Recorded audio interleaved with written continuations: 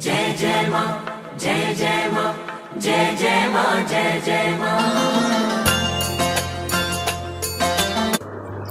जय माता दी। आज हम बात करते हैं नीच भंग राजयोग की।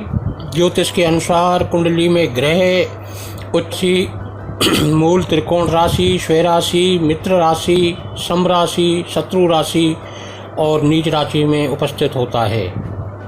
इस प्रकार उच्च राशि में ग्रह के होने पर शुभ प्रभाव पड़ता है और नीच राशि में होने पर बुरा प्रभाव पड़ता है। लेकिन कई बार कोई नीच ग्रह इस तरह बैठा हुआ होता है कि उसकी नीचता समाप्त हो जाती है और वह प्रबल तौर पर राजयोग कारक ग्रह बन जाता है। उसे वैदिक ज्योतिष में नीच भंग राजयोग कहते हैं। इस योग में रंक को राजा बनाने की क्षमता होती है। अब इसकी नीच भंग राजयोग का निर्माण कैसे होता है, उससे पहले ये जानना जरूरी है कि कौन सा ग्रह किस राशि में नीच का होता है।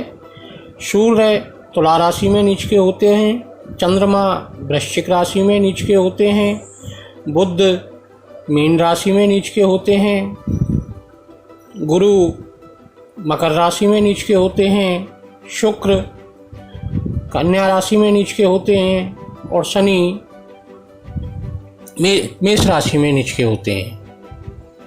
अब कुंडली में नीच भंग राजयोग का निर्माण कैसे होता है। यदि किसी कुंडली में एक उच्च ग्रह के साथ एक नीच ग्रह बैठ जाए तो कुंडली में नीच भंग राजयोग बनता है। उदाहरण के लिए यदि शुक्र और बुध मीन राशि में बैठ जाएं तो नीच भंग योग होता है, क्योंकि मीन राशि में शुक्र उच्च का है और बुध नीच का है, लेकिन यह नीच भंग योग होता है।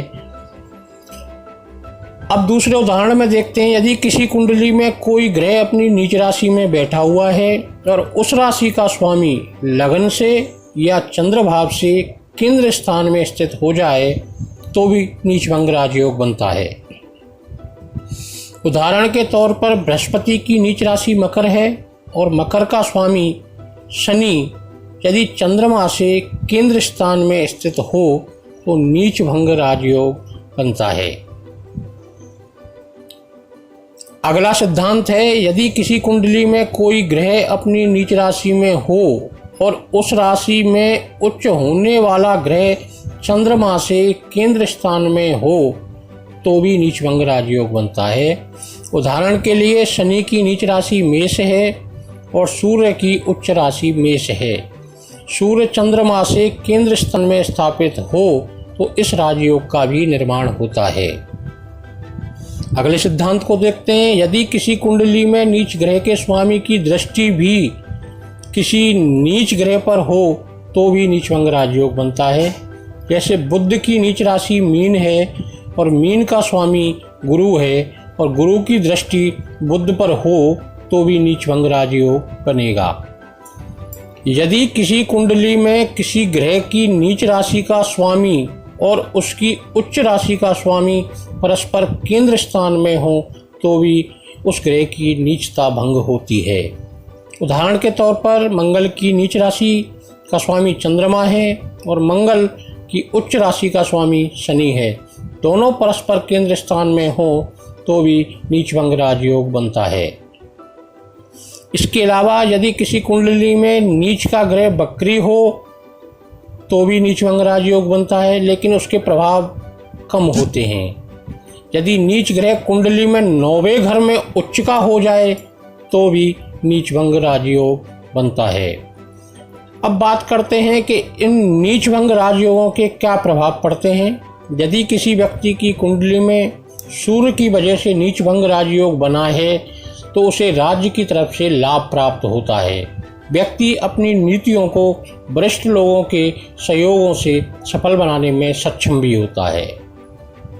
यदि किसी कुंडली में बुध की वजह से नीच भंग राजयोग बना है तो व्यक्ति की बुद्धि अनैतिक कार्य को करने में लग जाती है, परंतु उसके मित्रगण उसे सही दिशा में वापस ले आते हैं। यदि किसी कुंडली में चंद्रमा की वजह से नीच भंग राजयोग बना है तो व्यक्ति काफ़ी भावुक और जल्दी से विश्वास करने वाला बनता है। इसकी वजह से उसे विश्वासघात सहन करना पड़ता है। यदि किसी कुंडली में मंगल की वजह से नीचभंग राजयोग बना है तो व्यक्ति अधिक उग्र हो सकता है और जल्दबाजी में गलत काम भी कर सकता है। हालांकि व्यक्ति को सरकारी नौकरी मिल सकती है और प्रॉपर्टी के कार्य में या प्रॉपर्टी का लाभ भी प्राप्त हो सकता है। यदि किसी कुंडली में शुक्र की वजह से नीचभंग राजयोग बना है तो व्यक्ति को प्रसिद्धि और पैसा दोनों मिलते हैं। व्यक्ति के अंदर अहंकार आ जाता है और वह दिखावा करने लगता है। यदि किसी कुंडली में गुरु की वजह से नीचभंग राजयोग बना है तो व्यक्ति की बुद्धि ज्ञान में वृद्धि होती है और वह कार्यकुशल बनता है। यदि किसी कुंडली में शनि की वजह से नीचभंग राजयोग बना है तो व्यक्ति कार्यकुशल और व्यवहारिक दोनों ही होता है। नीच भंग के जो प्रभाव होते हैं और उनके हमें क्या उपाय करने चाहिए इस पर थोड़ा सा हम प्रकाश डालते हैं। जब भी कोई ग्रह नीच का होकर जिस राशि में बैठा है और उसकी वजह से नीच भंग हो रहा है तो जिस घर में है उस घर की जो हम रेमेडी करें और उन रेमेडी में उन दोनों का एक तालमेल बनाएं तो हमें उस नीच भंग के अच्छे परिणाम प्राप्त होते हैं। जय माता दी।